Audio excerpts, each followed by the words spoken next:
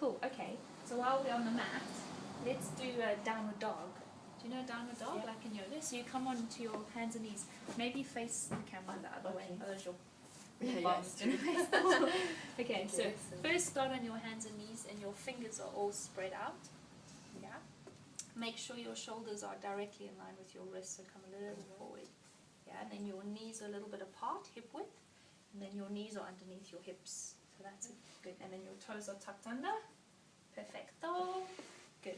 So before you even start, think of your shoulders coming back, so your chest is open. Otherwise your shoulders are going around. And feel like you're really pushing the ground away from you with your hands, so that you're not sinking. Yeah. So you want a nice long arm, but you don't want to lock your elbows, but you want nice strong arms. Yeah. Be careful because you like sometimes to hyperex. You know that though. Yeah. Perfect. Cool. And then to come into the downward dog, keep that same pressure of pushing the floor away from you, all 5 fingers, especially your thumbs. Bring your bum a little bit closer to your heels, so shift yourself back a little bit, like this, that's it, good. And now see if you can lift your knees a little bit off the floor, and then lift your hips up and back, and try and put your heels onto the floor and relax your head forward. Yeah, so your neck is just relaxed. You still want that same feeling of trying to push both hands forward. That's it. Trying to pull your shoulders back away from your ears. Good. Making your thigh muscles nice and lifted, so you're lifting your kneecaps. Good. And your eyes can look at your knees, making sure your knees stay parallel.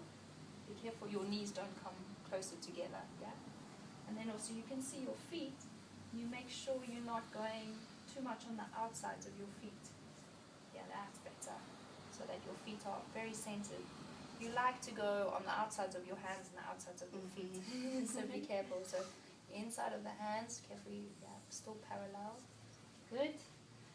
And then what you want to think of is trying to bring your weight more back, pushing your hands into the floor. Relax your neck. Drop your head. Relax your head. Relax your head. Breathe. And you're trying to feel like your pelvis is going that way. Okay? You're trying to almost feel like you want to stick your bum out a little bit. You're trying to tip your pelvis forward. Yeah? But be careful when you do that you don't sink into your hands. So push the ground away from you with your arms. And breathe. Yeah, relax your head. Good. Also make sure your ribs don't pop out. Yeah, otherwise you arch your back too much. Make sure your ribs stay in. Breathe. Good. Nice strong arms, but be careful you don't lock your elbows. Good. Just gonna adjust you a little bit. Drop that shoulder. There, that's better. That's square. Relax your head. And then because you're doing this for me so nicely, thank you for being my guinea pig. I'll give you a little, this feels so nice. I'll give you a little lift. Relax your head. Push the ground away. Push your hands into the floor. Good. Try and make the middle of your back nice and long. That's better. With your head relaxed. Good. Nice strong legs.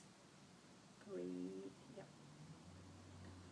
Good. Hold a little bit longer. I'm going to let you go. Hold a little bit longer. Feel that same feeling. Try and make this a little bit longer. Yep. 2 more breaths.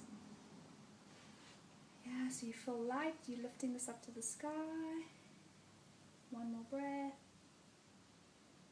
Good, slowly come onto your knees. Just relax, come onto your knees. Good. And then you can just rest in child's pose actually. Point your back toes. Point your back toes. Toes can touch. That's it. And just drop your forehead down.